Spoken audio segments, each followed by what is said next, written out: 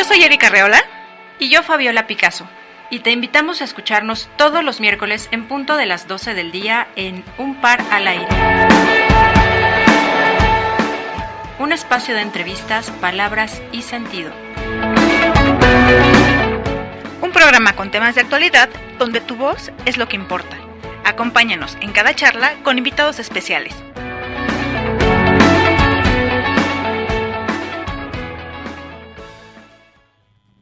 ¿Cómo están, querido público hermoso? Nosotros estamos aquí ya en miércoles, que sentimos que el calorcito ya nos está pegando ahora sí rico. Mi querida Fabi ya sufrió los estragos y está un poquito delicada de la garganta, así que el día de hoy la vamos a extrañar aquí en cabina. Sin embargo, el día de hoy también tenemos, como cada semana, unos temas que de verdad a todos nos tienen que tener en la orillita del sillón, bien atentos a todo lo que vamos a escuchar y aprender el día de hoy con el invitado que está con nosotros en cabina. Y bueno, pues deseándoles el mejor de los días, la mejor de las semanas, en el mejor de los años. Nosotros también estamos muy contentas porque estamos a punto de cumplir ya un año al aire con este programa. Y bueno, ya estamos planeando cómo vamos a festejar con todos ustedes y con todos esos invitados que nos han acompañado a lo largo de toda esta fiesta que tenemos aquí en este programa. El día de hoy nos acompaña el licenciado, aquí les voy a leer, es el licenciado Octavio Ramón Uribe Fernández.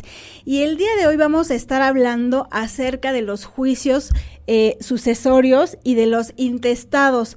Así que pues sin más, yo les voy a platicar un poquito de quién es él y por qué está aquí con nosotros, porque él es el experto que va a estar en el panel el día de hoy, platicándonos de todo esto, porque la verdad es que en México no estamos acostumbrados a hacer un testamento. Ahorita ya le vamos a preguntar muchas cosas de por qué será que a los mexicanos nos da tanto temor hacer un testamento o ese banco de niebla en el que vivimos pensando que es demasiado costoso y después, como no hicimos un testamento, resulta que es más caro un juicio porque no hicimos un testamento cuando tuvimos oportunidad. Así que, pues, sin más preámbulos, vamos a darle la bienvenida. Aquí no puede escuchar todos sus aplausos, pero está aquí juntito de mí, ya lo podrán ver a cuadro. Y bueno, él es licenciado en Derecho de la Universidad Anáhuac del Norte en la generación 1991-1995. Él comenzó a litigar desde el año 1997 y él nos dice que desde hace 30 años, pero ya en forma desde 1997, ¿verdad, así licenciado? Es. Y bueno, él tiene múltiples diplomados y cursos en materia de Derecho Procesal Civil, Derecho Mercantil y Juicios de Amparo en diversas instituciones académicas como la Universidad Anáhuac del Norte y el Colegio Nacional de Profesiones de Derecho Procesal y de la propia Barra Nacional de Abogados. Él tiene una amplia experiencia, no nos vamos a detener a leer todo porque la verdad él está amplísima su semblanza, lo cual nos llena de orgullo y gratitud porque él se dio el tiempo de estar aquí en cabina con nosotros. Y sin más, pues vamos al grano. Bienvenido, licenciado. Gracias, Erika, muchas gracias. Bienvenido. Pues gracias primeramente por darnos la oportunidad de tenerle aquí en cabina y que nos pueda explicar a nosotros y a todo el público que nos está escuchando qué onda con esto de los testamentos. ¿Por qué en México no estamos tan acostumbrados? Pues mira, yo creo que esto obedece a que hay una falta de cultura en la sociedad mexicana de planear de manera adecuada qué va a pasar con nuestros bienes después de que nosotros fallezcamos. Yo creo que es un problema tanto de la persona que en un momento dado va a testar o pretende dejar sus bienes a sus parientes o a las personas más cercanas a ellas, y también es un problema en cuanto a que no hay la suficiente comunicación con los herederos de cómo deben de llevar a futuro este tipo de situaciones. Yo creo que interviene mucho un tema hasta de carácter psicológico, porque los mexicanos, particularmente el pueblo mexicano, ve a la muerte de una manera muy particular, ¿no? Lo vemos en las celebraciones de los días de muertos, el culto que tenemos a nuestros parientes que ya fallecieron, el culto que desde épocas prehispánicas el pueblo mexicano le ha tenido a la muerte es muy particular. Así es. Y así como de alguna manera celebramos a la muerte, también le tememos. Entonces, creo yo que mucha gente no piensa que va a llegar el día en el que se va a morir. Y el hecho de que tú hagas un testamento, en el momento en el que tú lo haces, ese preciso instante te acerca a ese momento que es el único que todos tenemos seguros. Exactamente. La muerte. Entonces, en ese momento es cuando tú la estás viendo más de cerca, es lo que va a pasar después de que tú fallezcas. Y eso, hasta psicológicamente, creo yo que entraña un obstáculo y un temor para dejar, más bien para no hacer adecuadamente este tipo de trámites. Sí, estoy de acuerdo, como que no queremos morirnos porque no queremos pensar en que nos vamos a morir y entonces decimos, no, pues lo dejo para después y para después y para después y así se nos va la vida y los años, porque inclusive hemos sabido de casos, nos escribían por mensajes, que está la casa de la abuelita, ya pasaron 3 generaciones y sigue estando a nombre de la abuelita, porque nunca se ha hecho un trámite adecuado. Así es. ¿Es correcto esto? Es correcto, sí, totalmente, y es que el problema, creo yo, que no solamente está en el hecho de ir y hacer el testamento. Uh-huh. El problema está en hacer el testamento, pero también concientizar a tus herederos uh-huh. y hacerles saber en vida por qué esa es tu última voluntad. Como tú acertadamente decías, bueno, tú ahorita lo leíste ahí en la semblanza que te mandé. Aquí hay agüita, licenciado, si gusta. Gracias. Porque está haciendo un poquito de calorcito. De calor, ¿verdad? Vamos a atravesar un poquito por aquí, ya está. Yo llevo juicios en materia civil y hay juicios de diversas naturalezas, ¿no? Uh-huh. Juicios, incluso en la materia familiar, puede haber juicios de paternidad, juicios de alimentos, divorcios. En general, en la materia civil, pues hay juicios hipotecarios, juicios de arrendamiento. Bueno, dentro de todo ese universo de juicios que hay, o que la ley prevé en la materia civil, válidamente creo yo que el que más complejidades entraña es una sucesión. Y como tú dices, cuando una sucesión se complica, porque era lo que ahorita estábamos comentando fuera del aire, ¿no? Sí. De que muchas veces la pregunta clásica del cliente es ¿cuánto va a durar este asunto? ¿Cuánto va a durar este juicio? Bueno, si una sucesión se complica, para que el auditorio vea la complejidad de estos asuntos, el tema no es de años, el tema no es de lustros, no es de décadas, el tema puede ser generacional.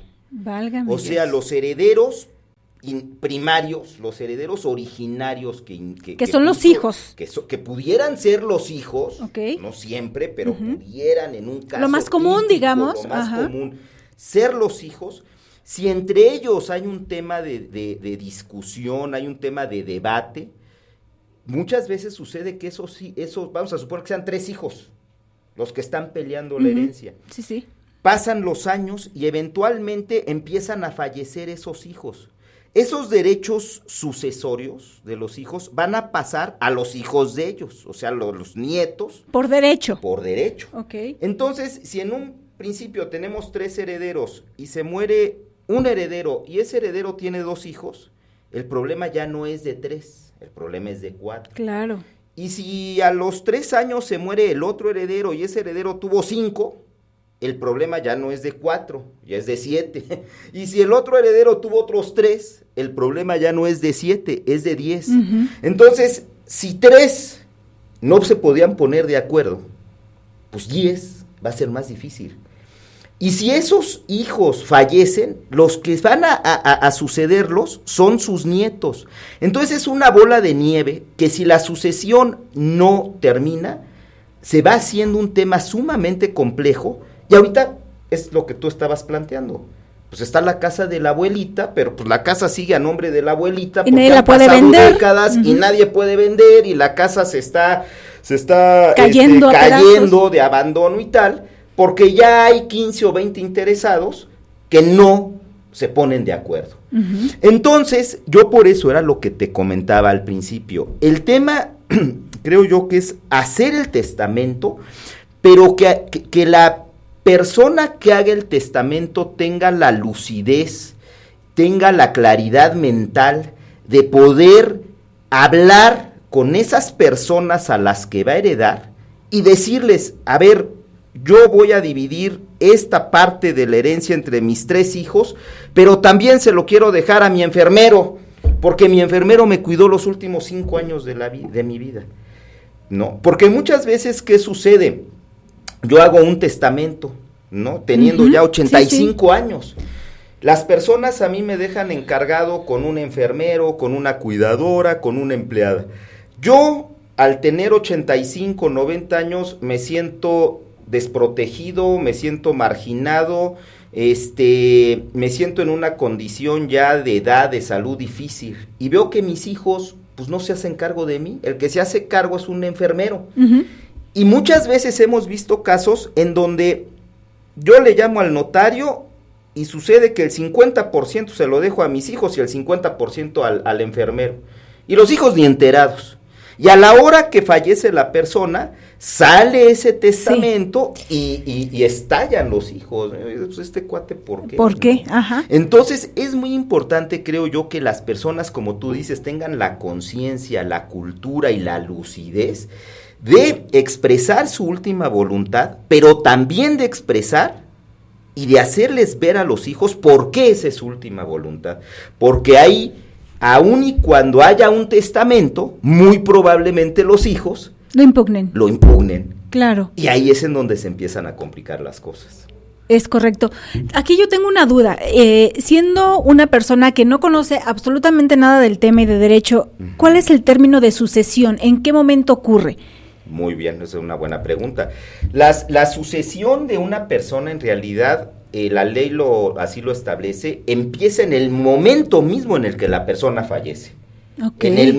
En ese momento hay una separación, vamos a decir, de la personalidad del individuo como persona física en vida, y se desdobla a su personalidad como un ente ya muerto. Evidentemente, ese ente que ya murió va a ser una ficción jurídica, porque ya no va a estar vivo, y por eso tiene que dejar un testamento. Pero es muy importante precisar que ese ente que va a ser la sucesión de fulanito, ya no va a ser fulanito de tal, va a ser a partir de que muere va a ser la sucesión de fulanito de tal, va a dejar no solo derechos, va a dejar también obligaciones. Ahorita, por ejemplo, tuve un caso hace un mes de una persona que fallece su esposo y me dice, oye, es que yo tengo miedo de que en un momento dado los hijos, los herederos, me vayan a mí a impugnar el testamento, claro, porque a mí me dejó como única heredera. Le dije, mira, si te lo impugnan, dale gracias, porque tu esposo te dejó deudas. Entonces los vas a invitar al festín de deudas. Entonces, no solamente oye, qué importante eso, ¿no? Claro, qué importante, porque, a ver qué dejas, ¿no? A ver qué dejas, porque como puedes dejar derechos o puedes dejar bienes, puedes dejar deudas. Entonces, ¿quién es el que va a hacer frente a esas obligaciones y de quién va a hacer valer los derechos que tenía esa persona? La sucesión. ¿Y a partir de quién? Porque ya se murió la persona. Entonces tenemos que la sucesión, como yo te decía, es una ficción jurídica. Esa ficción jurídica va a tener una representación legal que va a recaer ¿en quién? En el albacea. Entonces, el albacea, pues muchas veces es como, ¿sabes qué? Te sacaste la rifa del tigre, ¿no? Porque esta persona dejó está demandada en X números de juicios, o tiene determinadas deudas, determinadas obligaciones con X personas que no ha cumplido. Entonces muchas veces el albacea se saca la rifa del tigre, ¿no? Cuando es así. Entonces el albacea es la persona que va a representar a esa entidad ficticia que es la sucesión de X individuo una vez que fallezca. ¿Sale? Perfecto. Oye, aquí ya me entró una duda muy fuerte. Dices, cuando alguien te deja como heredero universal, te deja incluyendo las broncas que haya adquirido en vida. Totalmente. Qué grave, ¿no? Porque, no sé, quiero pensar que si debe propiedades, esas deudas pasan a la persona a la que quedó como heredera. Totalmente, así es. Oye, qué delicado Así también es. eso. Sí, claro, es que era lo que tú decías al principio. Realmente de sucesiones creo yo que tenemos un concepto bastante brumoso. Sí, tú utilizaste la exactamente. palabra que No conocemos. No conoce la gente, estamos como en una bruma, ¿no? Entonces, muchas veces la gente asume que el hecho de que tú tengas derecho a heredar a alguien implica que únicamente es estirar la mano y me van a caer sus bienes, claro, sus rentas, sí, ¿no? y sus utilidades. Venga. Y no, a ver, los bienes, el edificio que te está dejando, la casa que te está dejando, genera un impuesto predial, genera agua, genera luz. Eso, el albacea lo tiene que pagar, obviamente con cargo posteriormente a los herederos. Claro. Pero son nociones que muchas veces la gente pierde de vista. Entonces, en el momento en el que en una controversia, en un asunto, se topan con esa realidad, empiezan los problemas. ¿Por qué? Porque el albacea, si tuvo que pagar durante un año 100,000 pesos de predial en un juicio, en respecto de un edificio, y los herederos no tienen la conciencia de que no solamente es recibir, sino también es pagar, le van a objetar las cuentas. Claro. Y ahí se empiezan a problematizar los asuntos, y se empiezan a hacer, como yo te decía, primero de años, y luego de generaciones. Así es. Oye, licenciado, ¿y por qué tú, en estos años que tienes de experiencia, por qué consideras que la gente no se acerca a hacer un testamento? Pues mira, yo creo que son dos cosas. En primer lugar, como yo te decía en un principio, yo creo que es el tema incluso psicológico, porque es enfrentarte en ese momento al hecho de que te vas a morir, que todos lo sabemos, nos vamos a morir. Sí, no hay de otra, no es una opción. Es el único evento que tienes absolutamente seguro en tu vida, ningún otro evento es más, ni siquiera sabemos si vamos a comer mañana en nuestra casa. Así el único evento que tienes absolutamente seguro es que te vas a morir, pero es un evento que te da temor, que te da miedo. Entonces yo creo que el hecho de enfrentarte a esa futura realidad, lo evades. Ahora, hay un tema más, vamos a decir, terrenal, que es el tema de los costos. O sea, la gente también puede ser la ignorancia de no saber qué tienes que llevar, cómo es el trámite, a lo mejor la gente piensa que es tardadísimo. Ahora, también, claro, o sea, hacer un testamento realmente no entraña muchas dificultades, y la realidad es que tampoco entraña muchos costos. Hay un mes del testamento, ¿no? En septiembre, hay incluso notarías que lo prorrogan a octubre, y el testamento pues realmente no tiene un costo muy elevado. Depende mucho de la notaría. Hay notarias que cobran 1,000 pesos, hay notarias que cobran 2,000, hay notarias que cobran 3,000. Yo lo pensaría es un trámite bastante accesible. Es un trámite realmente muy accesible. Basta con que tú vayas prácticamente 2 veces a la notaría para que tú le expongas al notario pues cuáles son tus últimas voluntades. El notario prepara el testamento, vas y lo firmas en una segunda ocasión y no tiene mayor complejidad. Y párale de contar, a quienes nos están viendo en este momento, ya entró aquí a la cabina Emilio, nuestro querido Emilio, en representación de su mami, y pues nosotras muy contentas de que estés aquí, Emilio, bienvenido. Y pues aquí te presento al licenciado que, oye, nos tiene aquí con ojos de plato, porque pareciera que es algo muy tétrico hablar de testamentos y de juicios, ¿no? Sí, como que una duda que yo siempre he tenido es, bueno, ahorita mencionaban sobre el costo que tiene el trámite. ¿El costo varía dependiendo de la herencia que se deja o es un costo como general? No, el costo que conlleva hacer el testamento es general. Okay. Es más, tú porque muchas veces la gente me dice, oye, pero pues ¿para qué hago testamento si no tengo nada? Bueno, pues ahorita no tienes nada, pero en 5 no sabemos. años es un negocio, te hereda alguien, te ganas la lotería y ya puedes tener, o sea, ya tienes bienes. Entonces, a lo mejor en este momento no tienes nada, pero en un futuro puedes generar bienes, puedes generar utilidades que sí hacen que finalmente ese testamento que tú hiciste hace 5 o 6 años siga siendo operante. Entonces, el hecho de hacer propiamente tu testamento es un costo general. Así no tengas bienes en ese momento o tengas 10, 11 casas, te va a costar lo mismo. En donde puede estar el impacto, donde puede venir el impacto de los costos, es a la hora de gestionar la sucesión. Okay. No es lo mismo que tú te adjudiques o el heredero se adjudique una casa chiquita en una colonia popular a que herede 3 mansiones de Las Lomas. Claro. Evidentemente, ahí sí el costo por la adjudicación va a ir en función de lo que está heredando. Okay. Y muchas veces, no muchas veces, siempre, los impuestos, hay ciertas ventajas que dan los notarios. No es lo mismo, por ejemplo, que tú heredes un inmueble de 3, 4 departamentos que te generan una utilidad, a que heredes un inmueble en donde haya vivido el decuyus, que no genere la utilidad. Entonces, hay ciertas fórmulas para que en un momento dado no cueste tanto esa adjudicación, pero sí es una buena pregunta, porque al momento de hacer la adjudicación, que es la última parte del trámite de una sucesión, muchas veces ahí la gente se frena. Porque una cosa es hacer el testamento, que el testamento te va a costar entre 1,000 y 4,000 pesos. Está accesible, dices. Está a veces accesible. Esa cantidad la gastamos en otro tipo de cosas. A lo mejor eso lo gastas en otras cosas. Esa es una cosa, y una cosa diferente es lo que tú vas a gastar para adjudicarte lo que te han heredado. Uh-huh. Y ahí es en donde el tema puede complicarse, porque si a alguien le heredan una casa que cuesta 10 millones de pesos, vamos a suponer, esa adjudicación, dependiendo también del notario y de las fórmulas que tenga ese notario, de los propios honorarios que tenga el notario, va a costar más o menos la adjudicación entre 6 y 9%.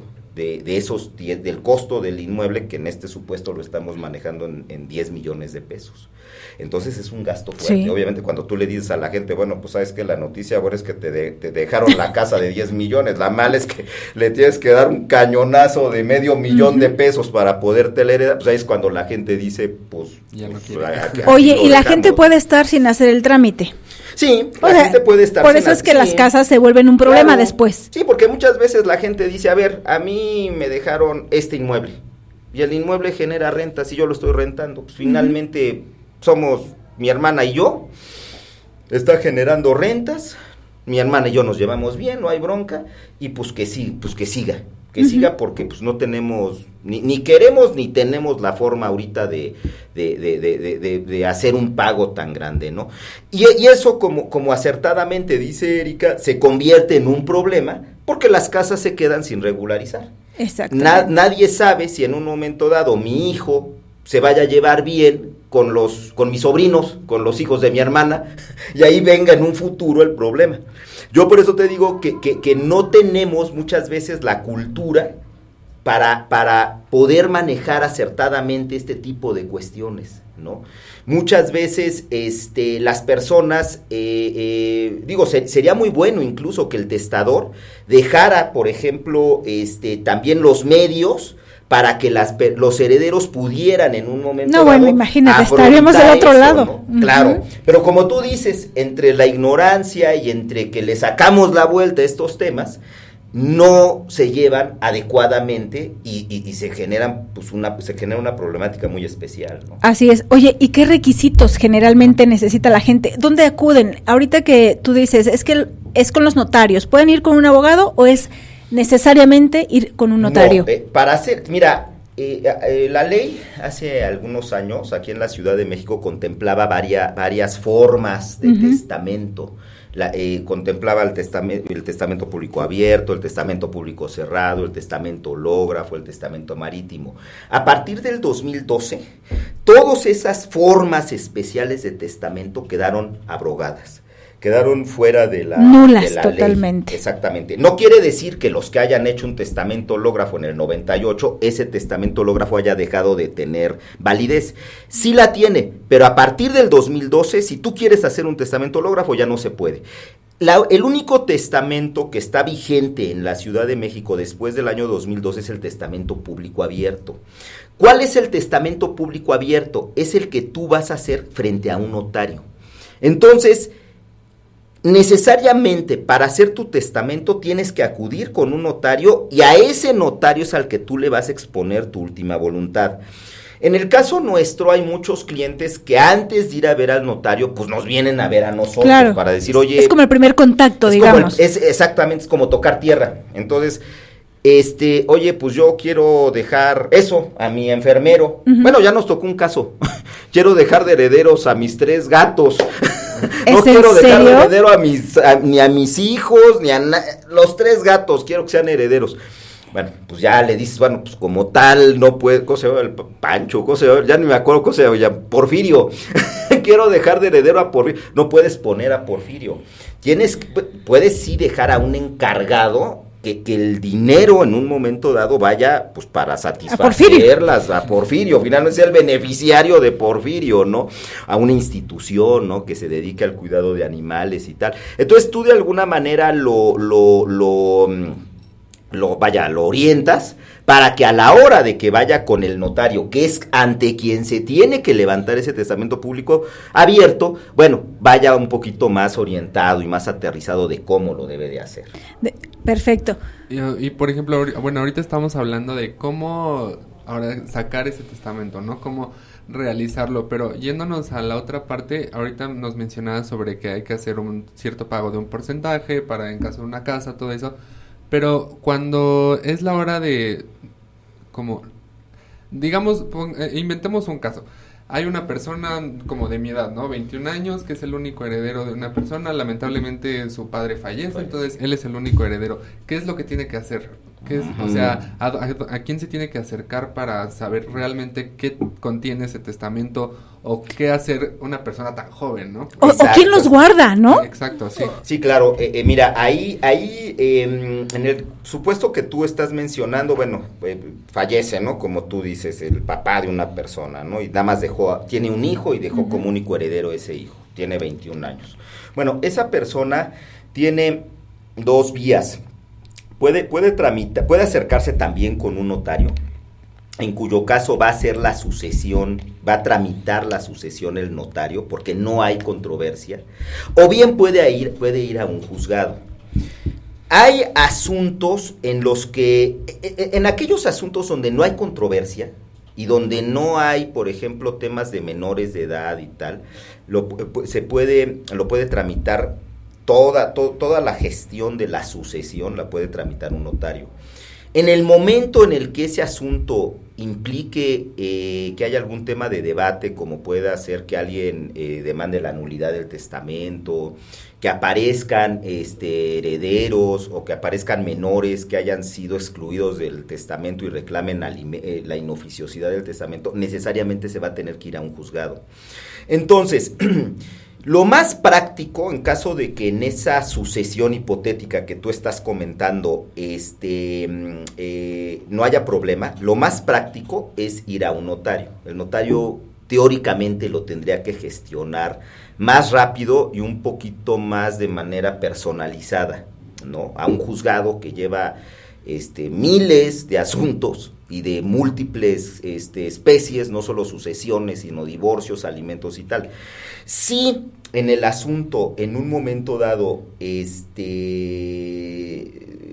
detecta o se asume que va a haber un tema de debate, de litigio, pues necesariamente habrá que llevarlo a un juzgado y tendrías que llevarlo a través de un abogado. Ahí sí, el abogado es el que te va a asesorar y es el que va a llevar la dirección jurídica de ese asunto. Ahorita, no sé si Emilio o Erika, alguien estaba comentando también, bueno, ¿qué pasa si yo no sé? O sea, yo tengo 21 años, sí, y mi papá pues falleció, pero pues no, yo no supe finalmente si dejó testamento o no. Una sucesión, ya sea intestamentaria o ya sea testamentaria, tiene 4 secciones, tiene 4 fases. La primera fase, y esto obedece a una lógica legal, la primera fase es la de validez de testamento y evidentemente ahí van a venir designados los herederos y designación de albacea. Previo a concluir esa primera fase, ya sea el notario o el juez, van a girar oficios al Archivo General de Notarías, que es el que va a tener toda la base de datos de todos los testamentos que se han hecho, no solo en la Ciudad de México, sino en toda la República. Y con base en esa información, ya sea el juez o el notario va a poder verificar si la persona dejó testamento o no dejó testamento, o cuántos testamentos dejó, y cuál de esos testamentos sería el válido, ¿no? Que por lo regular, pues es el último. Es el último. De acuerdo. Y ahorita mencionabas qué testamento podría ser válido. ¿Qué podría hacer que un testamento no sea válido o que no sea legal? Muy buena pregunta. Esa es una pregunta muy buena, ¿no? Porque uno pudiera pensar, bueno, ya tengo mi testamento, o ya mi abuelo dejó su testamento, me dejó a mí, yo feliz de la vida. No. Hay circunstancias por las que la voluntad del testador puede anularse o puede limitarse. La causa principal, pues, es la falta de consentimiento de la persona. Estábamos tocando el tema del enfermero. Son 3, el señor tuvo 3 hijos, pero pues un hijo vive en Canadá, otro vive en España y otro pues vive en México, pero tiene su familia. Ya no le contrataron un enfermero al señor porque pues cada quien tiene sus actividades. El señor en esa situación ya de la vejez en la que una persona puede sentirse desprotegida, marginada, siente un acercamiento especial con el enfermero. Ahora, el enfermero o el empleado puede sacar también provecho de esa situación y lo puede inducir a determinadas situaciones, ¿no? Entonces, ¿qué es lo que van a alegar en un momento dado los hijos? Pues que el señor, por ejemplo, tenía demencia senil. Dice, oye, mi papá, ese testamento, en donde incluye al empleado, al enfermero, ese testamento está viciado, porque mi papá ya no estaba con la lucidez necesaria para poder, en un momento dado, hacer su testamento. ¿Por qué el testamento se tiene que hacer frente a un notario? Porque el notario tiene fe pública.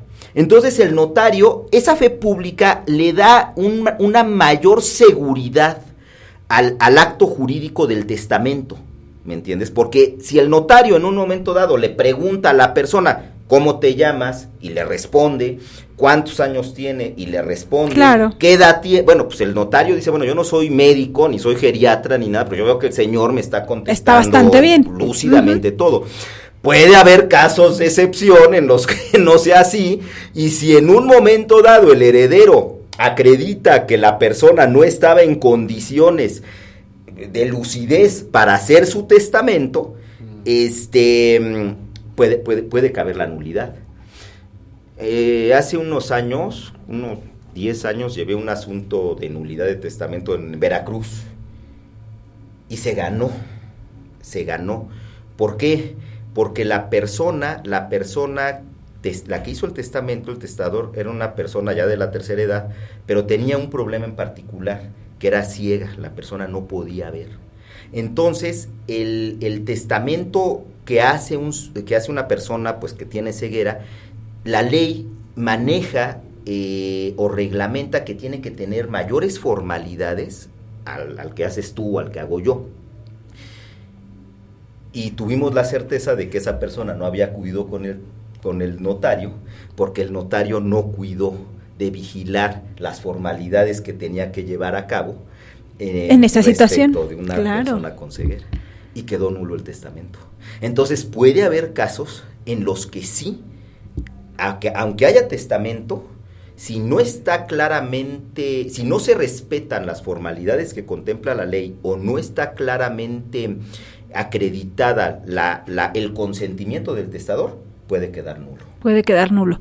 Fíjate que hace muchos años mi madre hizo su testamento y no los dio, o sea, está en un sobre, está guardado, ¿no? Pero yo me puse a pensar, bueno, ¿y qué hacen las personas cuando no hay ese documento físico, ¿no? Que decías, bueno, está en un archivo donde están todos los testamentos. Las personas, cuando alguien fallece, ¿tienen que buscar? No, los únicos que tienen la facultad, la legitimación en un momento dado para hacer esa investigación, esa búsqueda, es el notario o el juez, una vez que la persona fallece. O sea, si yo ahorita quiero ir al archivo y digo, oye, a ver, pues ya que Erika me entrevistó, y Emilio, quiero ver a ver cómo está su... Sí, quiero ver si ya está su testamento. A ver si está su testamento, me lo van a negar. Perfecto. Entonces, los únicos que tienen esa facultad no son ni los hijos ni los herederos, es el notario y el juez, pero una vez que se haya abierto precisamente la sucesión y que ante ellos se esté llevando a cabo ese trámite. Bueno, eso es muy bueno, porque imagínate si no, ya andarían matando a medio mundo hasta que lo amenacen Sí. Y además te voy a decir una cosa, pues que ahí luego vienen las sorpresas, porque además tú puedes cambiar tu testamento cuando quieras. Entonces tu papá te puede decir, oye Emilio, ¿sabes qué?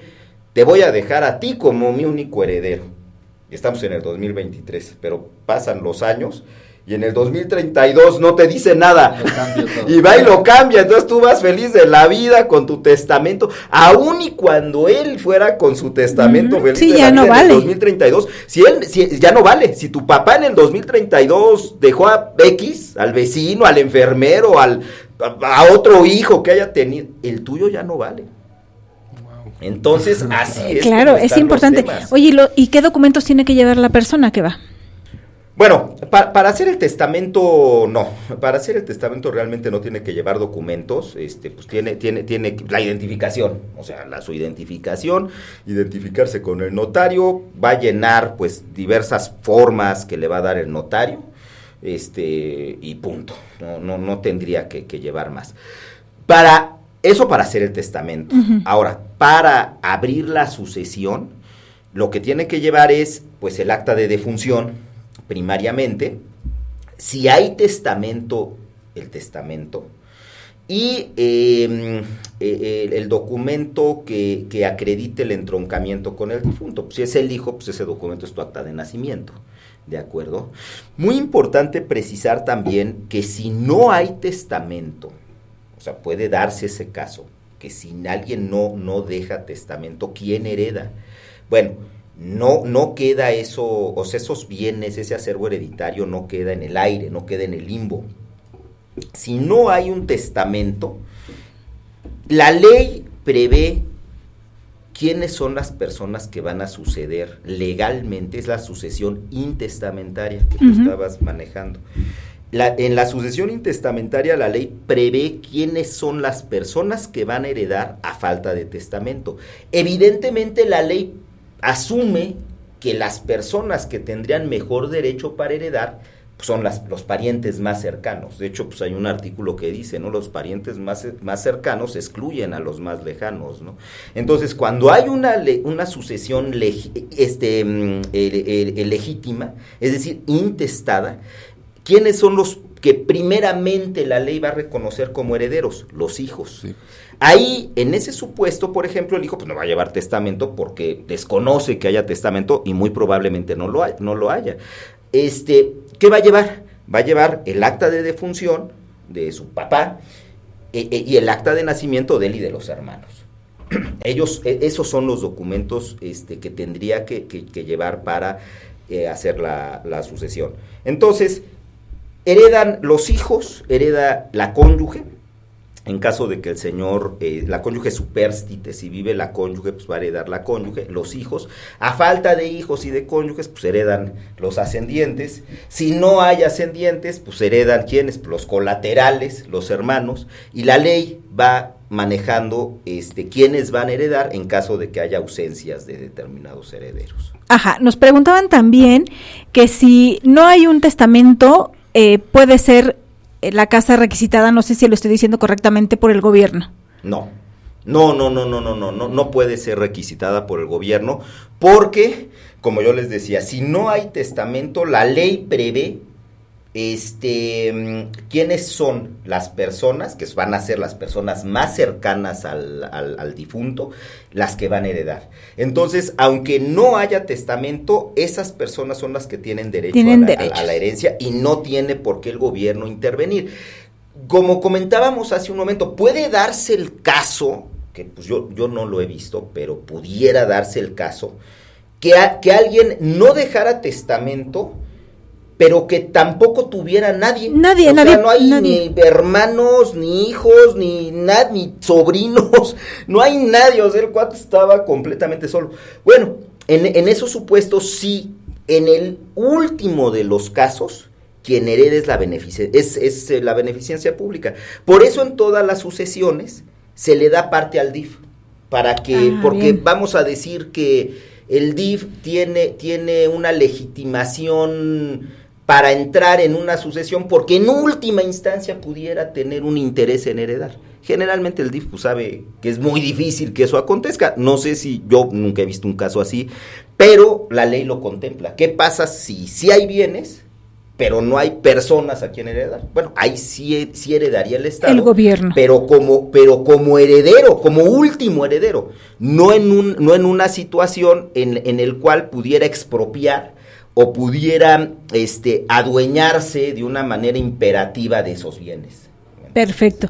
Oye, esto que dices de los trámites, porque sabemos que también nos escuchan en otros estados de la República, ¿es general? Sí, ¿se aplica para toda la República? Sí hay, cada estado tiene su propia legislación en materia de sucesiones. Este dato que te di, por ejemplo, de los testamentos, de que a partir del 2012 dejaron de tener, quedaron derogados todas estas formas especiales de testamento, eso aplica en la Ciudad de México. En materia de derecho procesal civil, la Ciudad de México siempre ha sido como la punta de lanza, ¿no? Así es. Si en un momento dado en la Ciudad de México se agrega o se contempla dentro del Código de Procedimientos Civiles el divorcio incausado, paulatinamente los estados poco a poco lo van a ir acogiendo. Actualmente me parece que prácticamente todos los estados tienen la figura del divorcio incausado. Pero la Ciudad de México fue pionera en esas figuras como en muchas otras. Entonces, la inmensa mayoría de los... esto que te estoy diciendo aplica para la inmensa mayoría de los estados. Puede haber alguna disyuntiva o alguna variabilidad. Por ejemplo, en la Ciudad de México... se contempla que el inventario que tú tienes que hacer al abrir una sucesión tiene que contemplar por orden las alhajas, los bienes inmuebles, las deudas y demás. En el Estado de México no, por ejemplo, ese artículo no se contempla. Entonces, el Estado, en la legislación del Estado de México te da un poquito más de flexibilidad de cómo tramitar la sección segunda de un testamento. Por ejemplo, en el Estado de México son 3 o 4 los artículos que contemplan la formación de inventarios y avalúos, y en la Ciudad de México son 12 o 13. O sea, se podría pensar que el trámite de la sección segunda en la Ciudad de México tiene un poquito más de complejidad que en el Estado de México. Pero eso, en realidad, ya son tecnicismos que ya le correspondería llevarlos adecuadamente a un abogado. Perfecto. Uh-huh. ¿Y tú qué le dirías a la gente? ¿Qué le aconsejas a la gente que nos está escuchando, que no tiene ni idea? Aquí la idea es asesorarlos de manera, abriéndoles un panorama, ¿no? En este sentido, ¿qué les dirías para que pudieran acercarse a hacer un trámite así y para que puedan evitarse justamente todo esto de lo que estamos hablando? Mira, bueno, en primer lugar, pues yo creo que sí, acercarse a algún abogado, algún notario y que los asesore en ese tema. Ahora, los abogados tenemos una mala fama, ¿no? O sea, como que tenemos, y bueno, a lo mejor sí bien ganada, ¿no? De pleiteros y de ventajistas en ciertas cosas, ¿no? Yo le aconsejaría a las personas en temas de sucesiones y en cualquier tema de materia de debate en una situación jurídica, que haya diálogo. Yo creo que el diálogo es importantísimo, ¿no? O sea, que tú en un momento dado le digas, te acerques en vida a tu hijo, y que si vas a hacer un testamento, además de expresar tu última voluntad en ese testamento, le digas, ¿no? Mijo, pues yo no te voy a excluir del testamento por esto, porque yo esperaba ciertas conductas de ti, yo esperaba, y francamente no las vi.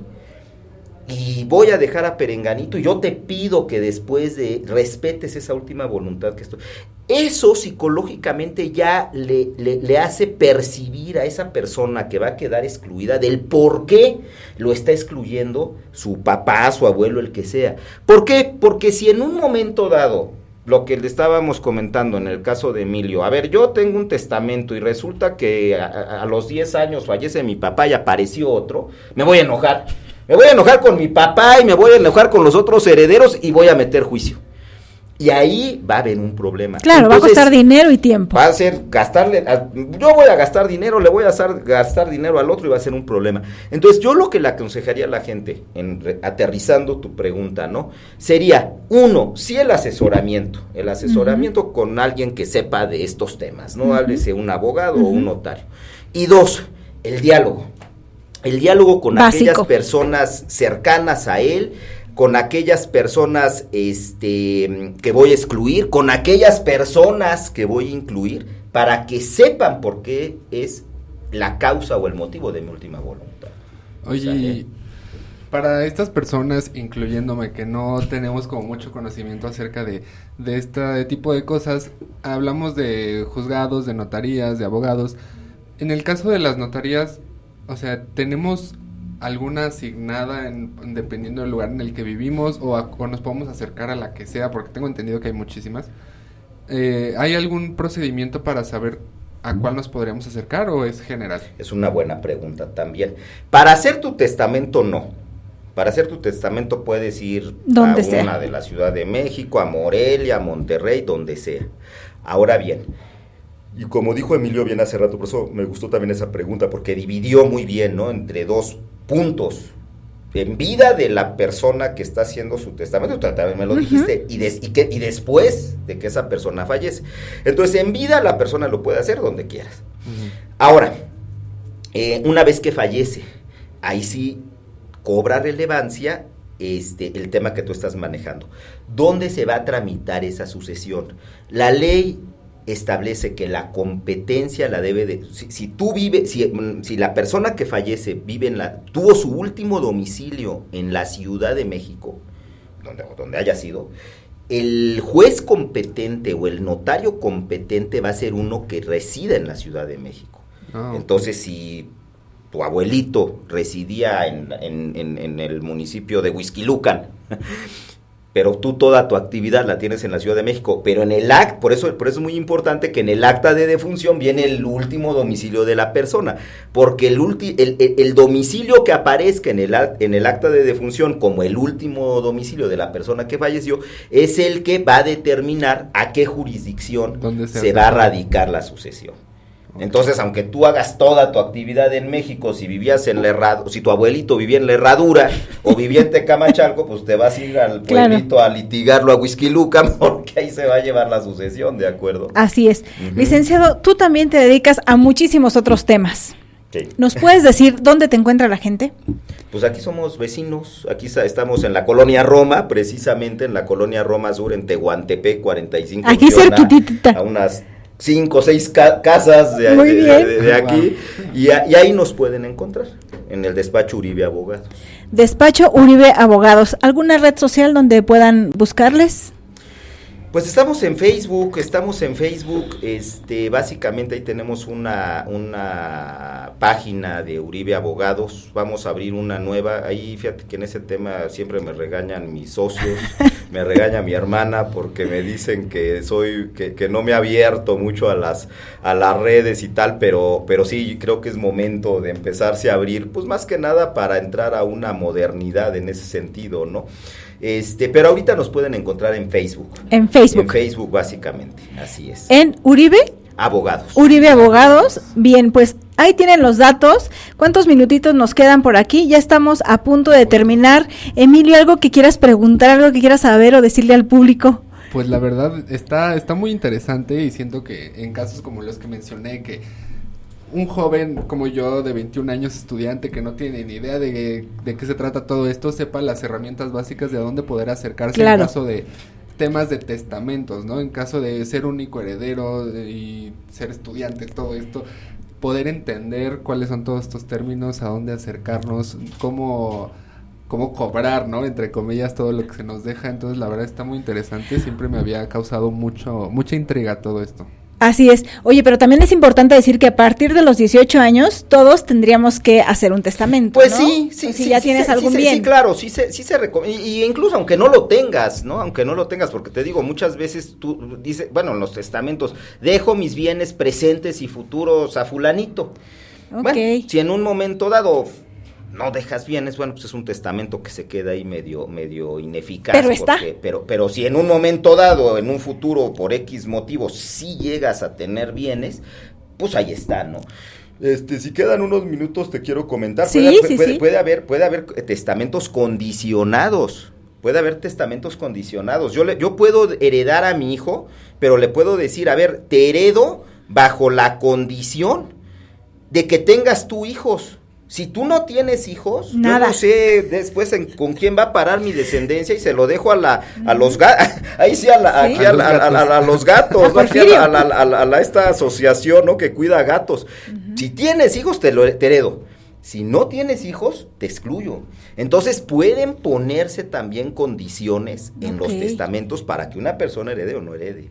Oye, eso está muy interesante, porque tenía yo otro concepto totalmente diferente, que si no tienes bienes, ¿para qué haces testamento? Pero así tengas 21 años, tú dices, bueno, lo que tengo y lo que voy a tener. Ahora mis futuros millones. Ahora te voy a decir también una cosa, Erika, que a lo mejor no tienes bienes y tienes deudas, y ¿sabes qué? La albacea, los herederos se hacen mensos, ¿no? Porque pues es que mi papá sí se la pasó de farra pero entonces, ¿quiénes pueden abrir la sucesión?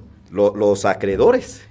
Los acreedores pueden decir, pues es que a estos no les conviene abrir la sucesión y nombrar albacea ni nada. Entonces yo banco, me debe este cuate 20, 30 millones, yo soy el que abro la sucesión. Entonces tiene muchísimas cosas, ¿no? Lo primero es acercarse con un abogado o con un notario. Y que él te dé la asesoría y decirle, ¿no? Que tú puedes encontrar fácilmente, buscas notaría tal y te van a aparecer ahí los datos, porque hay muchísimas. Sí, claro. ¿No? No es un problema que la gente pueda decir, es que aquí no hay, no sé dónde hay una notaría, siempre buscando en internet, ahora ya están todas las notarías. Está muy a la mano. ¿No? Hablamos que son precios bastante accesibles, entre 1,000 y 4,000 pesos. Sí. Viene el mes del testamento, que es septiembre, y hay quien lo extiende hasta octubre. Y esto es únicamente mediante notarios. Totalmente. Sí se pueden asesorar con un abogado, pero el trámite se hace frente a notarios. Frente al notario, porque es el que tiene la fe pública. Exactamente. Oye, te manda saludos, Els Huerta dice, saludos, licenciado Octavio, sin duda el mejor en el tema. Pues claro gracias. Que sí, muchísimas gracias, licenciado. Pudiéramos hablar aquí de un montón de temas, ¿no, Emilio? Porque siempre que vienen un abogado, un psicólogo, siempre la gente se queda como que, oye, ¿cómo le haremos para? O ¿cómo se le puede hacer para determinados temas? Y nadie como ustedes que puedan de mano... de forma directa, pues más o menos decirle a la gente por dónde va el camino, pero lo importante es que se acerquen y vayan a las oficinas y pidan una asesoría, ¿no? Porque tienen toda esa idea de que los abogados o son súper careros, o es un trámite que me va a costar 60,000 pesos y no tengo, ¿no? Totalmente. Quizá una asesoría por principio de cuenta a todos nos vendría bien. No, sí, totalmente, que se acerquen las personas a los profesionistas que saben y que en un momento dado tengan la confianza de que les puedan asesorar adecuadamente, y muy probablemente se eviten muchos problemas. Claro, ¿no? Que pudieran generarles muchísimos más costos que pagar una asesoría. Muchos más costos, y como yo te decía, dejar un problema sin resolverse finalmente, ¿no? Ahí pasan los años, las décadas, y te mueres y no resuelves 50 años, problema. Fuera del aire nos comentabas, ¿no? Un problema de 50 años. Hay problemas, hay incluso jueces, ¿no? A mí me han enseñado jueces que te muestran así una torre de lo que es un expediente nada más de aquí a la tele, ¿no? No, pues imagínense, pues evitemos todo eso, ¿no? Exacto. Pues un gusto como siempre estar en este programa con ustedes. Y para ustedes, Emilio, qué bueno tenerte aquí, y esperamos que Fabi se siga mejorando, que se cuide esa gargantita. La próxima semana ya la tienen de regreso. Sí, y pues lo principal, que ahorita hay que cuidarnos todos, que entre calorcito y lluvia a todos nos trae como locos este clima. Pues muy bien, no se despeguen de la barra, porque en un ratito estamos con ustedes a las 2 de la tarde presentándoles un lugar riquísimo, ¿o no, Emilio? Buenísimo, saludable, vegano, todo lo que nos encanta. Ay, sí. Así que nos vemos 2 de la tarde, Historias de Sal y Azúcar, y en este programa el próximo miércoles 12 del día. Hasta la próxima.